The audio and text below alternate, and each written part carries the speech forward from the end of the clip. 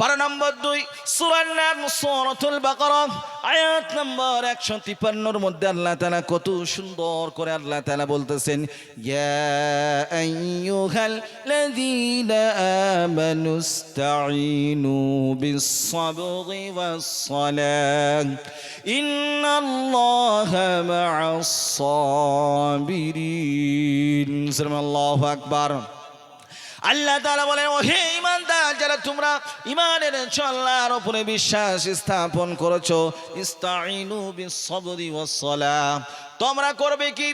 তোমাদের যখন বিপদ আপদ আসবে তখন তোমরা ধৈর্য ধারণ করবে, আর সালাত এবং সবরের মাধ্যম দিয়ে তোমরা আল্লাহর কাছে চাইবে। কার কাছে? জোরে বলেন। আল্লাহর কাছে চাইবে। আল্লাহ তাআলা সেই আল্লাহ তাআলা যে আল্লাহ তাআলা নবীকে বদরের ময়দানে সাহায্য সহযোগিতা করেছেন, উহুদের প্রান্তরে সাহায্য সহযোগিতা করেছেন, এবং তার সাথে সাথে আল্লাহ রাসূল সাল্লাল্লাহু আলাইহি ওয়াসাল্লামকে মক্কা বিজয় পর্যন্ত করে দিয়ে পৃথিবীর সর্বশ্রেষ্ঠ নেতা করে বিশ্ব নবীকে আল্লাহ তাআলা দুনিয়ার বুকে প্রেরণ করেছিলেন। যারা বলেন সুবহানাল্লাহ। বিশ্ব নবী জনাবে মুহাম্মদুর রাসূলুল্লাহ সাল্লাল্লাহু আলাইহি ওয়াসাল্লাম, তিনাকে আল্লাহ তাআলা পৃথিবীর মধ্যে এমন কোনো নিয়ামত নাই যে আল্লাহ তাআলা তাকে দেন নাই, তা নয়। শেষ পর্যন্ত আল্লাহ তাআলা তাকে মক্কা নগরীর আল্লাহ তাআলা তাকে বাদশা বানায়াছেন। যে আল্লাহ তাআলা ক্ষুদ্র থেকে ক্ষুদ্র আপনার ওই পিঁপড়া কোনাকে খেতে দেন, পড়তে দেন, এবং হাতি পর্যন্ত যত প্রাণী আছে এর মাঝামাঝিতে সমস্ত প্রাণী কুলকে আল্লাহ তাআলা খেতে দেন, পড়তে দেন, তাদের যার যেটা প্রয়োজন সমস্ত প্রয়োজনগুলি আল্লাহ তাআলা মিটাইয়া দেন। তাহলে পরে আপনার আমার যেটা প্রয়োজন আছে, আপনার আমার যেটা বিপদ আছে, এই সমস্ত প্রয়োজন এবং বিপদ আপদগুলি আল্লাহ তাআলা দূর করতে পারবেন কি পারবেন না? যে আল্লাহ তাআলা 1450 বছর পূর্বে ছিলেন, সেই আল্লাহ তাআলা পৃথিবীতে এখনো আছেন। আপনারা বলবেন, হুজুর বর্তমান সময়ে এরকম কি কোনো দৃষ্টান্ত আছে নাকি? অবশ্যই অবশ্যই তার দৃষ্টান্ত আছে। কিরকম? আপনারা দেখলেন আজ থেকে 25 বছর পূর্বে আপনার আমার একটা মুসলমান দেশ, যে দেশটার নাম হলো আফগানিস্তান, ওই আফগানিস্তানে যখন আমেরিকার বাহিনীরা আসলো, আসার পরে তারা মাত্র 72 ঘন্টা সময় চেয়েছিল। 72 ঘন্টা সময়ের মধ্যে আফগানিস্তানকে দুনিয়া থেকে ধূলিসাৎ করে দিবে বলে তারা আখ্যা দিয়েছিল। তারা এটাকে দুনিয়ার মানুষের কাছে, মুসলমানদের কাছে তারা এটা প্রমাণ করতে চেয়েছিল যে আফগানিস্তান নামক যে একটা রাষ্ট্র আছে, এই রাষ্ট্রটাকে দুনিয়ার মানচিত্র থেকে উৎখাত করে দিব। জোরে বলেন নাউযুবিল্লাহ। আলহামদুলিল্লাহ আলহামদুলিল্লাহ নাহমাদুহু ওয়া নাস্তাঈনুহু ওয়া নাস্তাগফিরুহু ওয়া নু'মিনু বিহি ওয়া নাতাওয়াক্কালু আলাইহি ونعوذ بالله من شرور أنفسنا ومن سيئات أعمالنا من يهده الله فلا مضل له ومن يضلله فلا هادي له ونشهد أن لا إله إلا الله وحده لا شريك له ونشهد أن سيدنا ومولانا محمدا عبد الله ورسوله الذي أرسله بالحق بشيرا ونذيرا وداعيا إلى الله بإذنه وسراجا وقمرا منيرا فقد قال الله تعالى في كلامه المجيد وفي فرقان الحميد সকলে আমরা একসঙ্গে পড়ি আউযু বিল্লাহি মিনাশ শাইতানির রাজীম বিসমিল্লাহির রহমানির রহিম ইন্নাল্লাহা ওয়া মালাইকাতাহু يصلون على النبي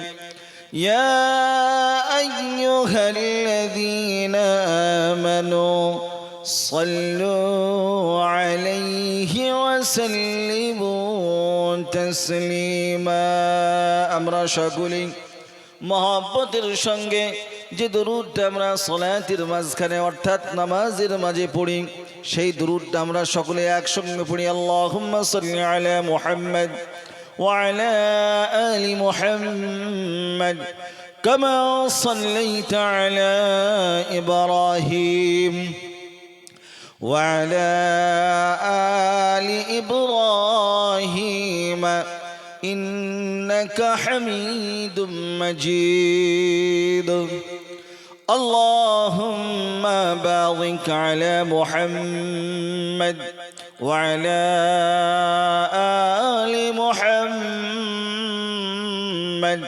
كما باركت على إبراهيم وعلى آل إبراهيم إنك حميد مجيد أعوذ بالله من الشيطان الرجيم بسم الله الرحمن الرحيم إذا جاء نصر الله والفتح ورأيت الناس يدخلون في دين الله أفواجا فسبح بحمد ربك واستغفره إنه كان توابا صلى الله أكبر الله تعالى বলেন إذا جاء نصر الله والفتح আল্লাহর সাহায্য আল্লাহর নুসরাত অতি শীঘ্রই তোমাদের কাছে আসতেছে আর অবশ্যই অবশ্যই তোমরা বিজয়ী হবে وَرَأَيْتَ النَّاسَ يَدْخُلُونَ فِي دِينِ اللَّهِ أَفْوَاجًا আর তোমরা দেখবে মানুষদেরকে তারা দলে দলে আল্লাহর দ্বীনের মধ্যে প্রবেশ করেছে ফাসাব্বিহ বিহামদি রাব্বিকা ওয়াস্তাগফির অতঃপর তোমরা তোমার রবের প্রশংসা আদায় করো এবং তার সাথে সাথে তোমরা কি করবে তোমরা ইস্তিগফার করো ইন্নাহু কানা তাওয়াবা আর আল্লাহ তাআলা তিনি তো তওবাকে কবুল করেন সূরা বলেন আমিন ভাইরা আমার এই ছোট্ট একটা সূরা যার অর্থ হলো এটা আল্লাহর নবী বিশ্ব নবী জনাবে মুহাম্মদুর রাসূলুল্লাহ সাল্লাল্লাহু আলাইহি ওয়াসাল্লাম যখন তিনি মদিনাতে রয়েছেন আর মদিনাতে থাকার সময় প্রায় শেষের দিকে আল্লাহর নবী দুনিয়াতে আর কিন্তু থাকবে না এমন অবস্থায় ছোট্ট সূরাটা নাজিল হয়ে গেল ছোট্ট সূরাটা নাজিল হয়ে যাওয়ার পরে আল্লাহর রাসূলের লক্ষাধিক সাহাবায়ে کرام যখন আপনার ওই শেষ বিদায় হজের ভাষণ আল্লাহর নবী দিতেছেন এই ভাষণ দেওয়ার পূর্বেই এই সূরাটা নাজিল হয়ে গিয়েছে আবার এটাও বলা হয়েছে যে হয়তো মক্কা বিজয়ের পূর্বে এই সূরাটা নাজিল হয়েছে আল্লাহর রাসূল যখন এই সূরাটাকে তিনি তিলাওয়াত করে শোনালেন শোনানোর সঙ্গে সঙ্গে যে সমস্ত সাহাবারা তারা এই সমস্ত কথাগুলি শুনে তারা অত্যন্ত খুশি হলেন কিন্তু আল্লাহর রাসূলের একজন চাচা যখন এই সূরাটা শুনলেন শোনা মাত্রই তার চোখ দিয়ে পানি ঝরতে লাগলো জোরে বলেন সুবহানাল্লাহ আল্লাহ তাআলা এই ছোট্ট সূরাটার মধ্যে মক্কা যে বিজয় হবে মক্কা যে আল্লাহর রাসূলের হাতে আসবে এটার মাধ্যম দিয়ে আল্লাহ তাআলা বিশ্ব নবী জনাবি মুহাম্মদুর রাসূলুল্লাহ সাল্লাল্লাহু আলাইহি ওয়াসাল্লামকে আল্লাহ তাআলা জানাইয়া দিলেন। জোরে বলেন সুবহানাল্লাহ। ভাইরা আমার, আজকে যারা আমরা ভারতবর্ষের মুসলমান, আপনাকে আমাকে কত রকম ভাবে কত কষ্ট দিচ্ছে। কখনো আপনাকে আমার সামনে এনআরসি আনছে, কখনো এসআইআর আনছে, আবার কখনো কে আনছে। একটাই মাত্র তাদের ষড়যন্ত্র যে এই ভারতবর্ষের জমিনে মুসলমানদেরকে রাখা হবে না। কথা ঠিক না ঠিক? আচ্ছা বলেন, আপনি আমি যে যেটাই পার্টি করেন না কেন, আপনাদেরকে কোনো টার্গেট নয়। আপনার আমার মধ্যে একটা অন্তর আছে, হৃদয় আছে, আর এই হৃদয়ের মধ্যে আল্লাহ তাআলা ভালো এবং মন্দ বোঝার জন্য আল্লাহ তাআলা জ্ঞান দিয়েছেন, কে দেন নাই? জোরে বলেন। আপনি যে যেখানে ভোট দিচ্ছেন দেন, কোনো সমস্যা নাই। আজকে কিছু হিন্দুত্ববাদী কিছু সংগঠন রয়েছে, তারা চাইছে মুসলমানদেরকে রাখবো না। আরে মুসলমানদেরকে রাখবো না তো কোথায় যাবে মুসলমানরা? এই জমিনটা আপনার আমার পূর্বপুরুষ, প্রকৃত আপনার আমার পিতা হযরতে আদম আলাইহিস সালাতু ওয়াস সালামের জমিন। কার জমিন? জোরে বলেন। আদম আলাইহিস সালাতু ওয়াস সালামের জমিন। আল্লাহ পাক রব্বুল আলামিন হযরত আদম আলাইহিস সালাতু ওয়াস সালামকে যখন জান্নাত থেকে দুনিয়াতে আনলেন, আনার পরে আল্লাহর নবী হযরত আদম আলাইহিস সালাতু ওয়াস সালাম এই জমিনে সর্বপ্রথম পা রেখেছিলেন। জোরে বলেন সুবহানাল্লাহ। আচ্ছা বলেন, এই দেশ তো আমাদের বাপের দেশ, কথা ঠিক না ঠিক? আরে জোরে বলেন। এটা হলো আমাদের বাপের দেশ। তোরা কি করে আমাদেরকে বার করবি? আমাদেরকে জিন্দেগিতেও তোরা বার করতে পারবি না। আল্লাহ তাআলা সে কথা কোরআনুল কারীমের মধ্যে সুন্দর করে বলতেছেন, ওয়া মাকারু ওয়া মাকারাল্লাহ ওয়াল্লাহু খায়রুল মাকিরিন। সুবহানাল্লাহু আকবার। আল্লাহ তাআলা বলেন, ও পৃথিবীর মানুষ, যারা তোমরা আমার দিনকে নিয়ে চক্রান্ত করো, তোমরা চাইছো আমার দিনকে দুনিয়া থেকে নিস্তানাবুদ করে দিবে, নস্যাৎ করে দিবে, শেষ করে দিবে। তোমরা বিভিন্ন রকমের কলাকৌশল তোমরা অবলম্বন করছো, কিন্তু মনে রেখো তোমরা শেষ হয়ে যাবে। আল্লাহ এবং তার রাসূলের দিন কোনোদিন শেষ হবে না। তোমাদের চক্রান্ত যেখানে শেষ হয়ে যায়, সেখান থেকে আল্লাহ চক্রান্ত শুরু হয়। জোরে বলেন সুবহানাল্লাহ। আমার সম্মানিত বাবাজিরা, আমার চাচাদেরা যারা এখানে উপস্থিত রয়েছেন, আপনারা কংগ্রেসের পিরিয়ড দেখলেন, সিপিআইএমের পিরিয়ড দেখলেন, তৃণমূলের পিরিয়ড দেখছেন। আবার এই ভারতবর্ষের জমিনে বিজেপি সরকার রয়েছে, তৃণমূল সরকার রয়েছে। একটা সরকার একাধ রকম ভাবে আপনার আমার সামনে উপস্থাপন করবে। কাউরের কথায় কাউরের কোনো প্রলোভনে আপনারা পা দিবেন না। আপনি আমি একমাত্র যদি ভরসা করি, وَمَن يَتَوَكَّلْ عَلَى اللَّهِ فَهُوَ حَسْبُهُ, একমাত্র ভরসা যদি করতে হয় সে আল্লাহর উপরে ভরসা করব। যে আল্লাহ তাআলা আপনাকে আমাকে রিজিক দিয়ে থাকে, যে আল্লাহ তাআলা আপনাকে আমাকে খেতে দেন, যে আল্লাহ তাআলা আপনাকে আমাকে পড়তে দেন। ভাইরা আমার, কোনো টেনশন করবেন না, কোনো রকমের কোনো চিন্তা ভাবনা করবেন না। আজ আপনার আমার মুসলমানদের অধিকাংশ মুসলমানদের বাড়িতে 6টা ছেলে 7টা ছেলে আগে ছিল, এখন আবার 2-3টির বেশি কাউরের নাই। যখন যেরকম পরিস্থিতি, সেই পরিস্থিতির মোকাবেলা আপনাকে আমাকে করতে হবে। ইসরায়েলের কাউরের নাম এসেছে এরকম ভাবে যে এখন নোটিশ এসেছে যে কার 6টা ছেলে সেটা দেখা হচ্ছে। আচ্ছা বলেন, কাউরের 6টা আছে, কাউরের 5টা আছে, কাউরের 3টে আছে। যেগুলো 5টা 6টা এইরকম ধরনের ছেলে যাদের আছে, তাদের অধিকাংশ বাড়িতে নাম এসেছে আসেনি? জোরে বলেন, এসেছে। আচ্ছা আপনাদের কি ভয় লাগছে? আরে বলেন, এই জমিন কার? জোরে বলেন কার? আল্লাহর। আমরা কার? আল্লাহর। আর এখানে আইন চলবে কার? আরে জোরে বলেন কার? মুসলমান। আল্লাহর আইন চলবে। যে আল্লাহর আইন চলবে সেই আল্লাহকে দেখে আপনার আমার ভয় আছে না নাই? অনেক মানুষ দেখা যাচ্ছে, খবরে দেখতে পাচ্ছি, কেউ হত্যা কেউ কি করছে, কলাই দড়ি দিচ্ছে, কেউ আবার দেখা যাচ্ছে বিষ খাচ্ছে। আরে ভাই, এসব চিন্তা ভাবনা করে লাভ নাই। আপনার আমার রুজি যতদিন পৃথিবীতে আছে ততদিন পর্যন্ত আপনি আমি পৃথিবীতে থাকবো। যেদিন আপনার আমার রুজি শেষ হয়ে যাবে সেই দিন আপনি আমি এই পৃথিবী থেকে চলে যাবে। কথা ঠিক না বেঠিক? তাহলে ভয় কিসের? ওরা আমাদেরকে কেটে ফেলবে, মেরে ফেলবে, ওরা কোনোদিন আপনাকে আমাকে পারবে না। এই যে সমস্ত হিন্দুত্ববাদী সরকার যারা আপনাকে আমাকে শেষ করার জন্য উঠে পড়ে লেগেছে, তারা শেষ হয়ে যাবে পৃথিবী থেকে। আল্লাহর দিন কোনোদিন শেষ হবে না। অনেক হিন্দু ভাইয়েরা আছে, তারা আমাদের পক্ষে কথা বলছে, বলছে কি বলছে না? আরে হিন্দু ভাইয়েরা সবাই খারাপ। আরে জোরে বলেন। আমরা হিন্দু ভাইদের সঙ্গে রাত দিন একসাথে চলাফেরা করে, এক চা এক কাপ একই জায়গায় বসা উঠা সব কিছু করি কি করি না? জোরে বলেন। আজকে আমাদের দীপক কাকার ছেলে ভগীরথপুরে আমি বসে আছি, তা আমার সাথে উনার ছেলের খুব ভালো বন্ধুত্ব সম্পর্ক আছে। সে আমাকে চা খাওয়ায়, আমিও তাকে মাঝে মধ্যে চা খাওয়াই।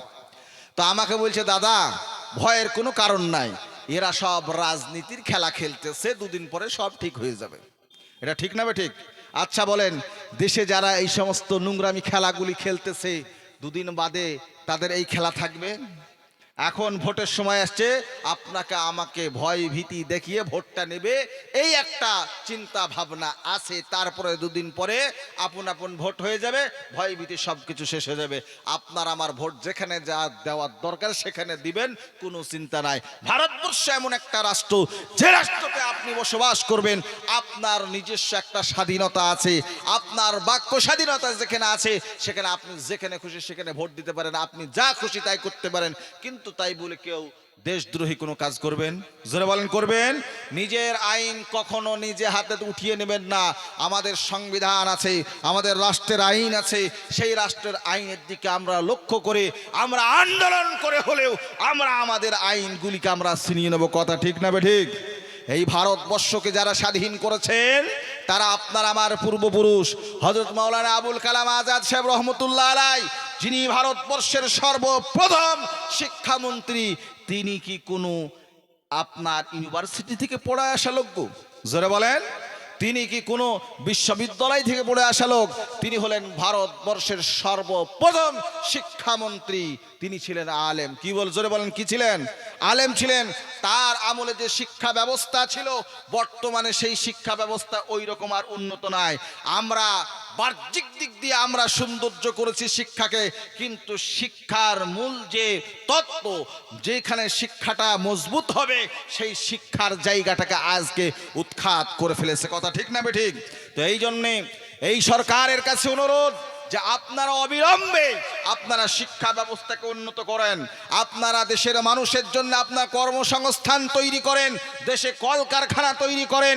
জনগণ আস্তে আস্তে তারা বিভিন্ন রকমভাবে বিভিন্ন কোন রকমের কষ্টের মধ্যে তারা আছে, সেই দিকগুলি আপনারা লক্ষ্য করছেন না। আজ দেশের মধ্যে আপনারা সাম্প্রদায়িক দাঙ্গা বাঁধানোর জন্যে আপনারা উঠে পড়ে লেগেছেন। কোনো মুসলমান ভাই, কোনো হিন্দু ভাই, আপনারা এই সমস্ত দিকে পা দিবেন না। যার যেখানে মন যাবে ভোট দিবেন। আপনার আমার যারা জনগণের নেতা নেত্রী হবে, তারা আপনার আমার কাছ থেকে ভোট নিয়ে যাওয়ার পরে তারা একই পার্লামেন্টে বসবে, একই জায়গায়, একই কাপে, একই হোটেলে, একই জায়গায় তারা খাওয়া দাওয়া করবে। কিন্তু আপনার আমার সামনে এসে তারা টেবিল গরম করবে, ওই টেবিল গরম করার দিকে আমরা যাব না। মারছে মুসলমান, মরছে মুসলমান, কাটছে মুসলমান আর কাটাচ্ছে মুসলমান, মুসলমানদেরকেই দিয়ে মুসলমানদেরকে শেষ করাচ্ছে। তো এই জন্য আপনাদের কাছে অনুরোধ যে খবরদার আপনারা এই সমস্ত বদমাইশ লোকেদের কথাবার্তা আপনারা কখনো প্রলোভনে পড়ে আপনারা কেউ কিন্তু ওই সমস্ত খারাপ কাজের দিকে আপনারা যাবেন না। যাবেন? আরে জোরে বলেন, যাবেন? কেউ আমরা যাব না। আমরা একমাত্র আল্লাহকে খুশি করব, রাসূলুল্লাহর আদর্শকে বাস্তব জীবনে বাস্তবায়ন করব ইনশাআল্লাহ। আরে জোরে বলেন ইনশাআল্লাহ। আমরা তো এখানে ভারতবর্ষে এসেছি, আমাদের পূর্বপুরুষ তারাও এসেছেন, তারাও এখানে থেকেছেন, আমাদের পূর্বপুরুষের লাড়ি পর্যন্ত এখানে পুঁতা আছে, আছে না নাই? জোরে বলেন। আমরা কি এখানে উড়ে এসে কি জুড়ে বসেছি? জোরে বলেন। আমরা এখানে উড়ে এসে জুড়ে বসি নাই। আমরা এখানে সবাই ট্যাক্স দিই, আমরা এখানে সবাই কর দিই, দিয়ে আমরা দেশে বসবাস করি, কেউ আমাদেরকে ফ্রিতে থাকতে দেয় না। জোরে বলেন কথা ঠিক না বেঠিক? তাহলে পারে এখানে ভয় কিছু নাই। আপনি একটা জমি রেজিস্ট্রি করেন, সেখানে আপনি ট্যাক্স দেন, কিরকম? আপনাকে জমিটা যখন রেজিস্ট্রি করেন তখন আপনাকে কে ফ্রিতে দেয়? জোরে বলেন দেয়? দেয় না। তারপরে আপনি যখন কোনো জিনিস কিনেন একটা 20 টাকা দিয়ে, সেখানেও 18% জিএসটি আছে, তাহলে পরে সেখানেও আপনি জিএসটি দিচ্ছেন। তারপরে আপনি একটা ঘড়ি কিনেন, সে ঘড়ির টাকা যখন দেন সেখানেও সরকার টাকা নেয়। আপনি আরও অন্যান্য জিনিসগুলো যেগুলো কিনেন সেই সমস্ত জিনিসেও কিন্তু ট্যাক্স আছে। এখন আপনার পানিটা পর্যন্ত আপনাকে আমাকে কিনে খেতে হয়, কথা ঠিক না ঠিক? জোরে বলেন। আবার কারেন্টের কিরকম ব্যবস্থা হয়েছে, কারেন্ট যদি আপনি ঠিক টাইম মতন বিল পে না করেন, তার 2 দিন পরে কিন্তু আপনার খাম্বা থেকে আপনার কানেকশনটাকে কেটে দিয়ে যাবে। আপনি টাকা পরিশোধ করবেন, তারপরে আবার আপনার লাইনটাকে জুড়বে, তার আগে কিন্তু জুড়বে না। তাহলে সব কিছু যখন আপনি আমি আমার খাটার টাকা দিয়ে যখন আমরা সব কিছু ট্যাক্স পে করছি, আর তারা আমাদেরকে বলছে যে দেশ থেকে তাড়াবো, আমরা বলতে চাই সেই সমস্ত নরেন্দ্র মোদীকে এবং তার সাথে সাথে তার যে সমস্ত সাঙ্গা পাঙ্গা আছে তাদেরকে আমরা বলতে চাই, তোমরা আমাদের শায়ার করো, তোমরাও তোমাদের ডকুমেন্টসগুলো আগে দেখাও, আর তোমরা লাইভ কাস্ট করো যে তোমাদের যে সমস্ত ডকুমেন্টস আছে, তোমাদের পূর্বপুরুষদের ডকুমেন্টস আছে, সেগুলোকে তোমরা দেখাও। দেখানোর পরে তোমরা আগে দেশের সত্যিকার নাগরিক কিনা সেটা তোমাদের জনগণ দেখতে চায়। জনগণ তো অবশ্যই, তারা এই দেশের জনগণরা তারা নিজের নাগরিকত্ব প্রমাণ তো অবশ্যই দিবে, কিন্তু তোমাদেরও নাগরিকত্বের প্রমাণ দিতে হবে, কথা ঠিক না ঠিক? জোরে বলেন। তাহলে পরে তোমরা মনে করছো যে আমরা সাধারণ মানুষকে তাড়িয়ে নিয়ে বেড়াবো, আর আমরা কালো কালো গাড়িতে ঘুরবো, এসিতে ঘুরবো সুন্দর করে, আর এই রকম সমস্ত সাধারণ মানুষগুলিকে আজ কষ্ট দিবা, এই রকম তো চলবে না। আচ্ছা বলেন, কোন নেতা নেত্রী তাদের ছেলে মেয়েগুলি তারা কয়জনা রাজনীতির জন্য মাঠে ময়দানে দৌড়ে বেড়ায়? জোরে বলেন। তারা বড় বড় উচ্চ স্কুল, তারপরে বিশ্ববিদ্যালয়, তারা আমেরিকা ব্রিটেনে তারা পড়াশোনা করে লক্ষ লক্ষ কোটি কোটি টাকা সেখানে খরচ করে পড়াশোনা করে আসে। পড়াশোনা করে আসার পরে তারা আবার রাজনীতির উন্নত মানের শীর্ষ স্থানে তারা নেতা নেত্রী হয়, কথা ঠিক না বেঠিক? কিন্তু আপনি আমি যারা সাধারণ মানুষ, আপনাকে আমাকে দিয়ে ভোট করায়, ভোট করানোর পরে আপনার আমার গলার উপরে ছুরি চলে, আপনার আমার সন্তানগুলো শেষ হয়ে যায়, তারা কিন্তু শেষ হয় না, তারা বিলাসবহুল জীবন যাপন করে। তাহলে পরে আমাদের ওই ভোট নিয়ে আমাদের রাজনীতি করার কোনো দরকার নাই। আমরা ভোট আমাদের ভারতবর্ষের সংবিধান অনুযায়ী আমাদেরকে দিতে হয়, তাই দিব, কিন্তু তাই বলে আমরা এর জন্য আমাদের জীবনগুলিকে দিব? আরে জোরে বলেন, দিব? আমরা তা দিব না। আচ্ছা আপনারা কি কেউ রাগ করছেন? আরে কে কে রাগ করছেন হাত তুলেন দেখি। আচ্ছা ভাই, আপনাদেরকে কোনো খারাপ কথা বলেছি? জোরে বলেন। তাহলে পারে আমরা ভোটের জন্য যতটুকু কর্তব্য ভোট দেওয়ার দরকার আমরা ততটুকু যাব। আমরা কাউরির জন্যে আমরা অস্ত্রও ধরবো না, আমরা আমাদের জীবনটাকেও দিব না। তো এই জীবনের কারণ থেকে যদি আমরা মারা যাই, আমরা কি জান্নাতে যাব? আরে জোরে বলেন, জান্নাতে যাব? এই ভোটের জন্য যদি আমরা জীবনটাকে দিই, তাহলে পরে কি আমরা জান্নাতে যাব? কোন জায়গায় যাব গো? জোরে বলেন। তাহলে আমরা কি সেই জাহান্নামে যেতে চাই? এই দুনিয়াতেও এক জাহান্নামে আছে, আবার তারপরে আবার আর এক জাহান্নামে যাব। আল্লাহর নবী, বিশ্ব নবী জনাবে মুহাম্মদুর রাসূলুল্লাহ সাল্লাল্লাহু আলাইহি ওয়াসাল্লাম বলেন, ক্বালা রাসূলুল্লাহ সাল্লাল্লাহু আলাইহি ওয়াসাল্লাম, আদ-দুনিয়া সিজনুল মুমিন ওয়া জান্নাতুল কাফির। এই দুনিয়াটা হলো যারা আল্লাহর মুমিন বান্দা হবে তাদের জন্য এটা হলো জাহান্নামখানা, কয়েদখানা হবে। আর যারা কাফের, যারা আল্লাহ দ্রোহী হবে, তাদের জন্য এটা হলো আপনার জান্নাত। এই জান্নাতে তারা ভোগ বিলাসিতা করবে, তারা মনে করবে এখানেই আমাদের আরাম আয়েশ, তারপরে তো আমরা মौज মস্তি যা করার এখানে করব। আর পৃথিবীর পরে যখন আমরা চলে যাব, মরে যাব, শেষ হয়ে যাবে, তারপরে তার কিছুই থাকবে না। তাহলে পরে তাদের জন্য এটা জান্নাত খালা, কিন্তু আপনার আমার জন্য এটা কিন্তু কয়েদখানা, জাহান্নামের টুকরা। বন্ধুগণ আমার, এই জন্য আপনাকে আমাকে আল্লাহ বিভিন্ন সময় বিভিন্ন রকমের আপনাকে আমাকে আল্লাহ তাআলা পরীক্ষা নিরীক্ষা নেবে। এর জন্য আপনাকে আমাকে ধৈর্য ধারণ করতে হবে। পারা নম্বর 2 সূরা নাম সূরাতুল বাকারা আয়াত নম্বর 153 মধ্যে আল্লাহ তাআলা কত সুন্দর করে আল্লাহ তাআলা বলতেছেন, ইয়া আইয়ুহাল্লাযীনা আমানুস্তাঈনু বিস-সাবরি ওয়াস-সালাহ ইন্নাল্লাহা মা'আস-সাবিরিন। আল্লাহু আকবার। আল্লাহ তাআলা বলেন, ও হে ঈমানদার যারা তোমরা ঈমানের আল্লাহর উপরে বিশ্বাস স্থাপন করেছো, ইস্তাঈনু বিস-সাবরি ওয়াস-সালাহ, তোমরা করবে কি, তোমাদের যখন বিপদ আপদ আসবে তখন তোমরা ধৈর্য ধারণ করবে, আর সালাত এবং সবরের মাধ্যম দিয়ে তোমরা আল্লাহর কাছে চাইবে। কার কাছে? জোরে বলেন। আল্লাহর কাছে চাইবে। আল্লাহ তাআলা সেই আল্লাহ তাআলা যে আল্লাহ তাআলা নবীকে বদরের ময়দানে সাহায্য সহযোগিতা করেছেন, উহুদের প্রান্তরে সাহায্য সহযোগিতা করেছেন, এবং তার সাথে সাথে আল্লাহ রাসূল সাল্লাল্লাহু আলাইহি ওয়াসাল্লামকে মক্কা বিজয় পর্যন্ত করে দিয়ে পৃথিবীর সর্বশ্রেষ্ঠ নেতা করে বিশ্ব নবীকে আল্লাহ তাআলা দুনিয়ার বুকে প্রেরণ করেছিলেন। যারা বলেন সুবহানাল্লাহ। বিশ্ব নবী জনাবে মুহাম্মদুর রাসূলুল্লাহ সাল্লাল্লাহু আলাইহি ওয়াসাল্লাম, তিনাকে আল্লাহ তাআলা পৃথিবীর মধ্যে এমন কোন নিয়ামত নাই যে আল্লাহ তাআলা তাকে দেন নাই তা নয়। শেষ পর্যন্ত আল্লাহ তাআলা তাকে মক্কা নগরীর আল্লাহ তাআলা তাকে বাদশা বানায়াছেন। যে আল্লাহ তাআলা ক্ষুদ্র থেকে ক্ষুদ্র আপনার ওই পিঁপড়া কোনাকে খেতে দেন, পড়তে দেন, এবং হাতি পর্যন্ত যত প্রাণী আছে এর মাঝামাঝিতে সমস্ত প্রাণী কুলকে আল্লাহ তাআলা খেতে দেন, পড়তে দেন, তাদের যার যেটা প্রয়োজন সমস্ত প্রয়োজনগুলি আল্লাহ তাআলা মিটাইয়া দেন। তাহলে পরে আপনার আমার যেটা প্রয়োজন আছে, আপনার আমার যেটা বিপদ আছে, এই সমস্ত প্রয়োজন এবং বিপদ আপদগুলি আল্লাহ তাআলা দূর করতে পারবেন কি পারবেন না? যে আল্লাহ তাআলা 1450 বছর পূর্বে ছিলেন, সেই আল্লাহ তাআলা পৃথিবীতে এখনো আছেন। আপনারা বলবেন, হুজুর বর্তমান সময়ে এরকম কি কোনো দৃষ্টান্ত আছে নাকি? অবশ্যই অবশ্যই তার দৃষ্টান্ত আছে। কিরকম?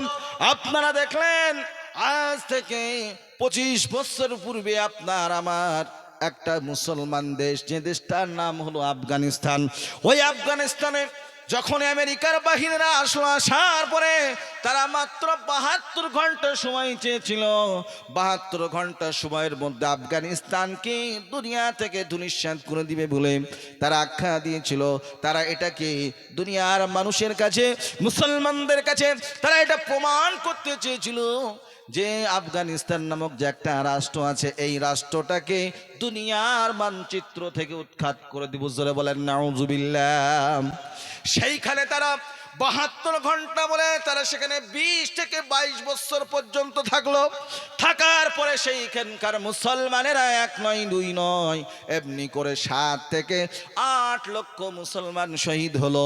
শেষ পর্যন্ত আমেরিকা নেজ গুটায়া পালায়াতে বাধ্য হলো।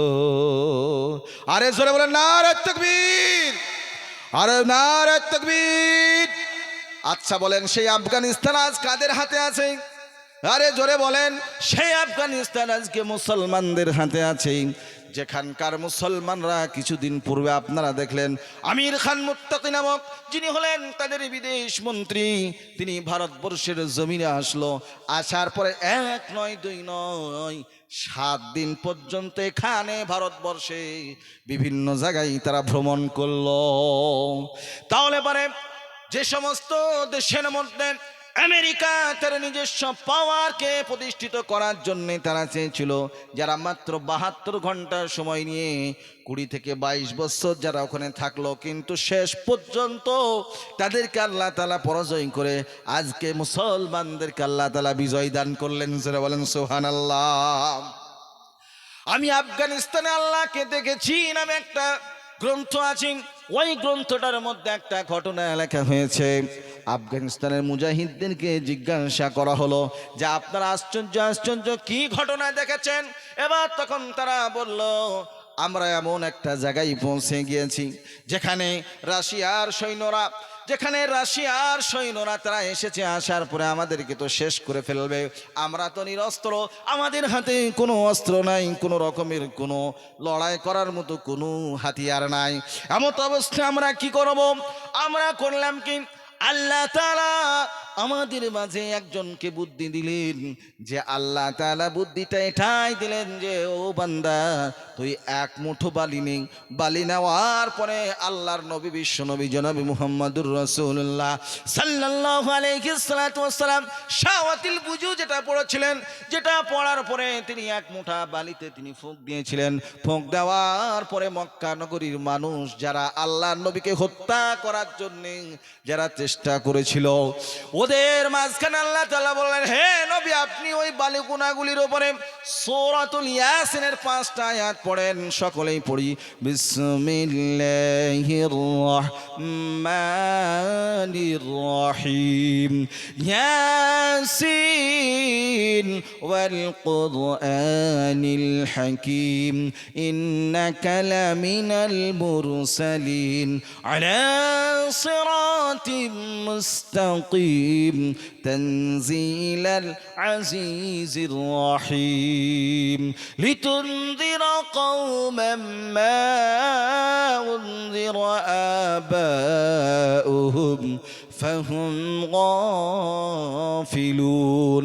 আল্লাহর নবী বিষ্ণু নবী জনাবি মুহাম্মদুর রাসূলুল্লাহ সাল্লাল্লাহু আলাইহি ওয়াসাল্লাম সেই দিনে আয়াত কোটি তিলাওয়াত করলেন। তিলাওয়াত করার পরে তিনি হাতের মুঠায় এক মুঠা বালি নিলেন। বালি নেওয়ার পরে তিনি করলেন কি, সেই বালি কোনাগুলির ওপরে তিনি ফুঁক দিলেন।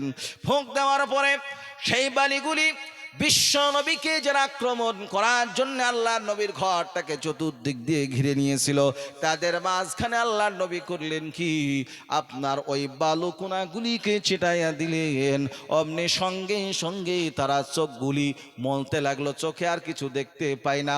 আল্লাহ তাআলা তাদের চোখের মধ্যে পর্দা ফেলে দিলেন। আল্লাহ তাআলা তার বিষয়েও একটা আয়াত আল্লাহ তাআলা নাজিল করেছেন, সেটাও কোরআনুল কারীমের মধ্যে আল্লাহ তাআলা খুব সুন্দরভাবে চমৎকারভাবে আল্লাহ তাআলা উল্লেখ করেছেন। আল্লাহ তাআলা বলেন, ওয়ামা রামাইতা ইয রামাইতা ওয়ালাকিন্নাল্লাহা রামা।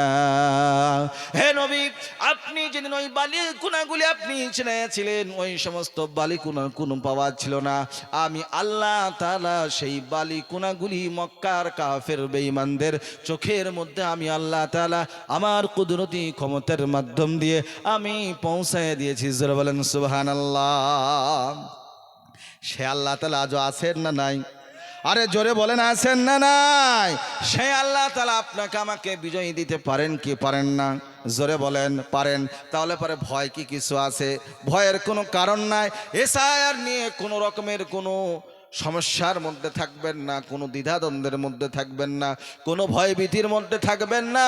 আল্লাহ তাআলা বলেন, ওয়ালা খাউফুন আলাইহিম ওয়ালা হুম ইয়াহজানুন। যারা প্রকৃত মুমিন হবে তাদের কোনো ভয় নাই, তাদের কোনো ভীতি নাই, তারাই কিন্তু শেষ বিজয়ী তারাই হবে। কিন্তু একমাত্র তাদেরকে মুমিন হওয়া লাগবে। কি হওয়া? জোরে বলেন। প্রকৃত মুমিন হওয়া লাগবে। পারা নম্বর 4 আল্লাহ তাআলা এই পারাটার মধ্যে সুন্দর একটা আয়াত দিয়েছেন। পারা নম্বর 4 সূরার নাম সূরাতুল ইমরান, আয়াত নম্বর 139। আল্লাহ তাআলা বলেন, ওয়ালা তাহিনু ওয়ালা তাহজানু ওয়া আনতুমুল আ'লাউনা ইন কুনতুম মুমিনিন। ও মুমিনেরা, তোমাদের কোনো ভয় নাই, তোমাদের কোনো ভীতি নাই। যদি সত্যিকারী তোমরা যদি মুমিন হও তাহলে পরে তোমরাই বিজয়ী হবে। শর্ত একটাই হলো, তোমাদেরকে খাঁটি মুমিন হওয়া লাগবে। কি মুমিন? জোরে বলেন। খাঁটি মুমিন হওয়া লাগবে। নির্ভেজাল ঈমান আপনার আমার অন্তরের মধ্যে থাকতে হবে।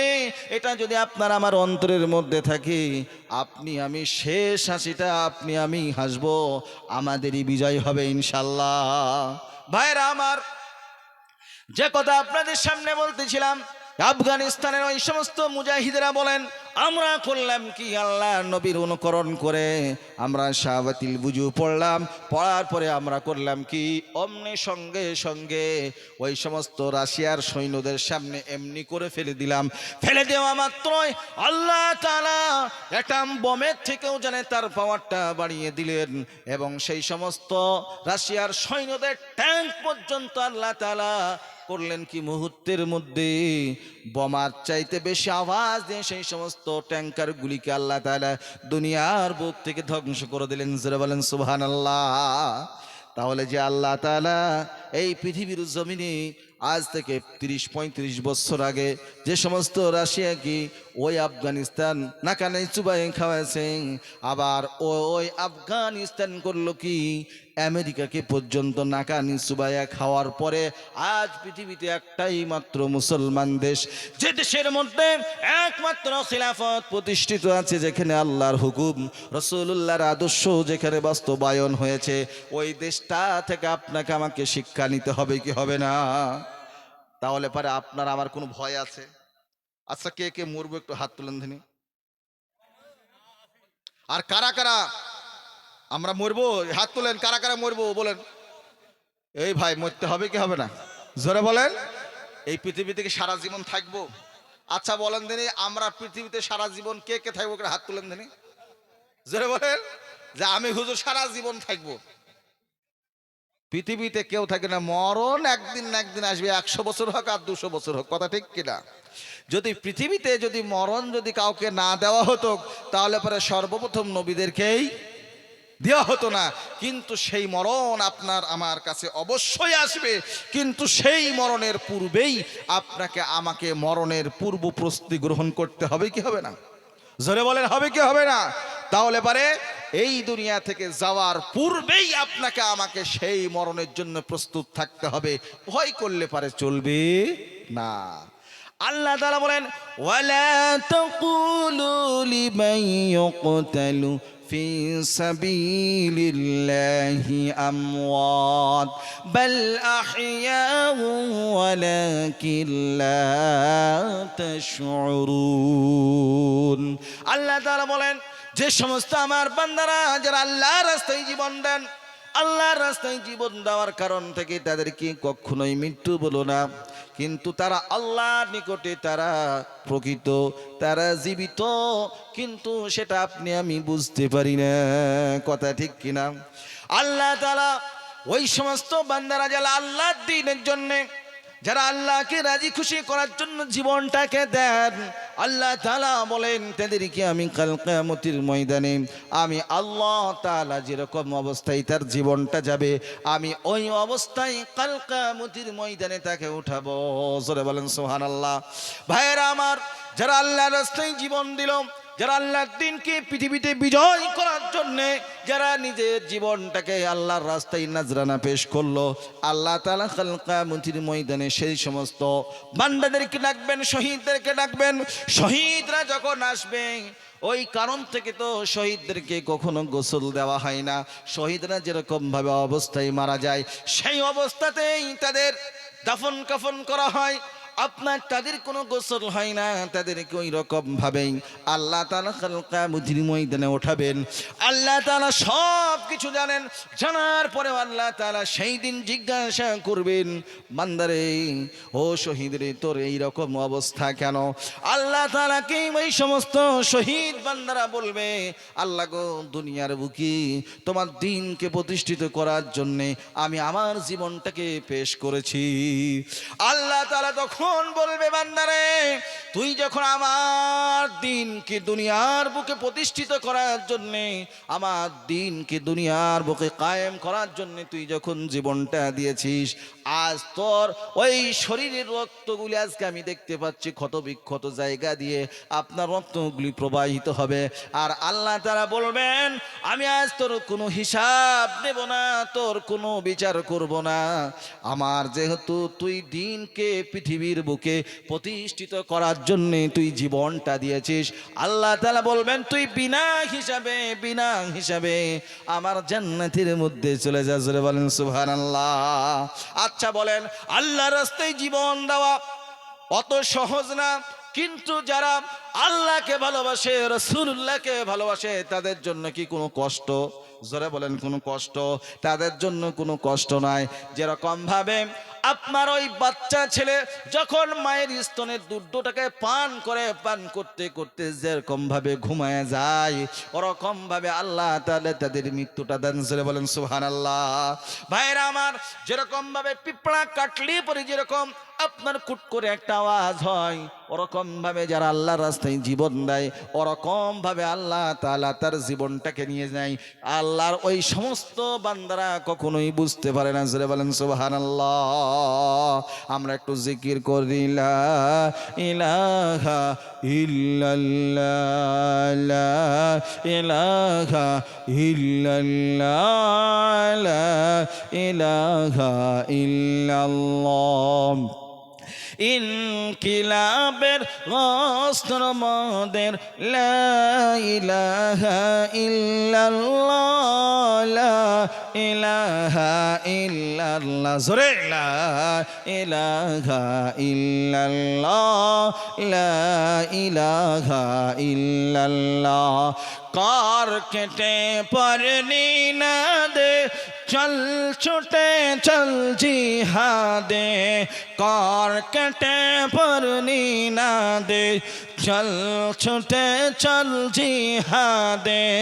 জীবন দেব, জীবন নেব, জীবন দেব, জীবন নেব, ভরসা মোদের এক আল্লাহ, লা ইলাহা ইল্লাল্লাহ, লা ইলাহা ইল্লাল্লাহ, লা ইলাহা ইল্লাল্লাহ, লা ইলাহা ইল্লাল্লাহ মুহাম্মাদুর রাসূলুল্লাহ।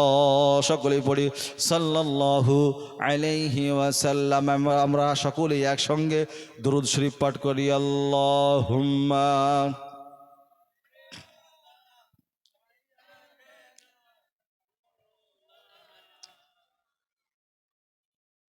ওয়া আলা আলি সাইয়্যিদিনা মাওলানা মুহাম্মদ।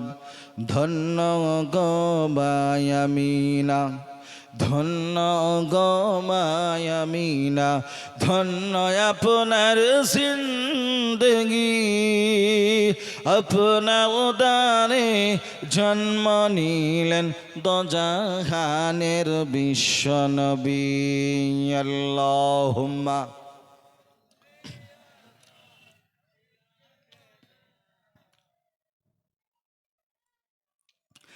وعلى آل سيدنا مولانا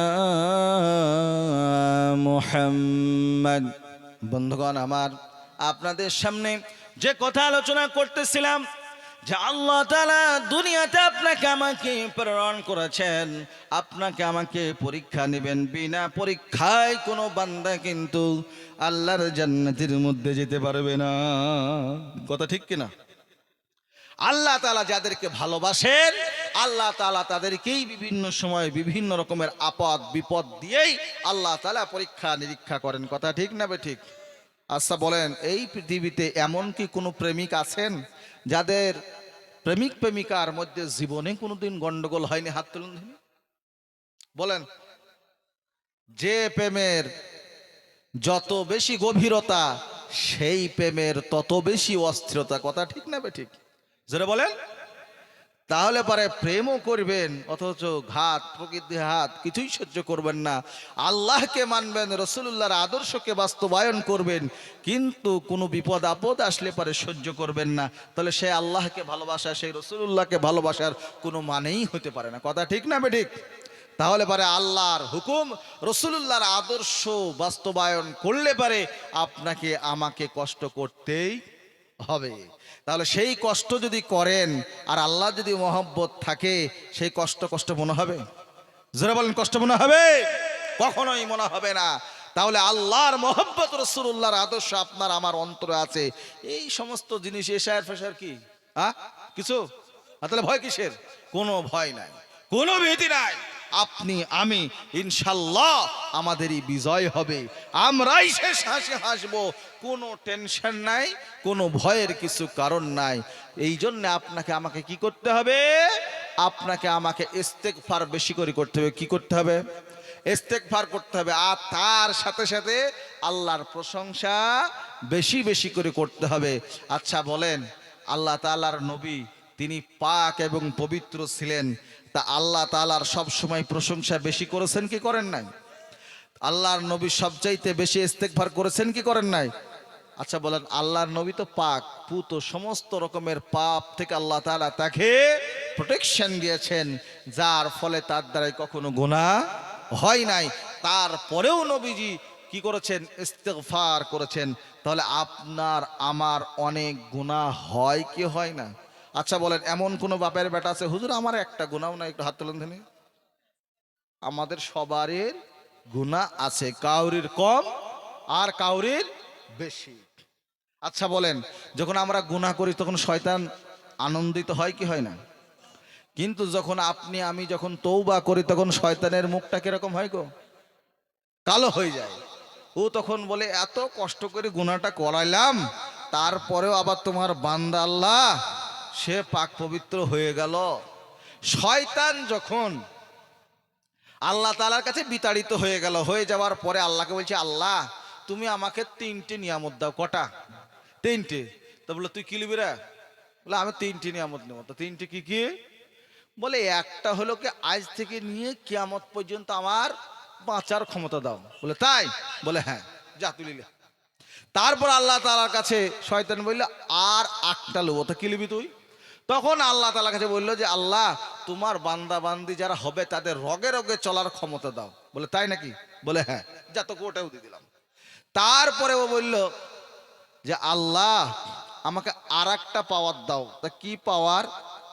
তো সেই পাওয়ারটা হলো যে তুমি আমাকে, কার মনে আছে? ঠিক এই এই এই শোতা ঠিক আছে। তারপরে কি বললো? যে আল্লাহ তুমি আমাকে বিভিন্ন রকমের রূপ ধারণ করার ক্ষমতা দাও। বলে, তাই তাই, তোকে তাই দেওয়া হবে। আল্লাহর এই সমস্ত পাওয়ারগুলি পাওয়ার পরে শয়তান বলল, মজাই হইল। ও বগল বাজাতে বাজাতে চলেছে।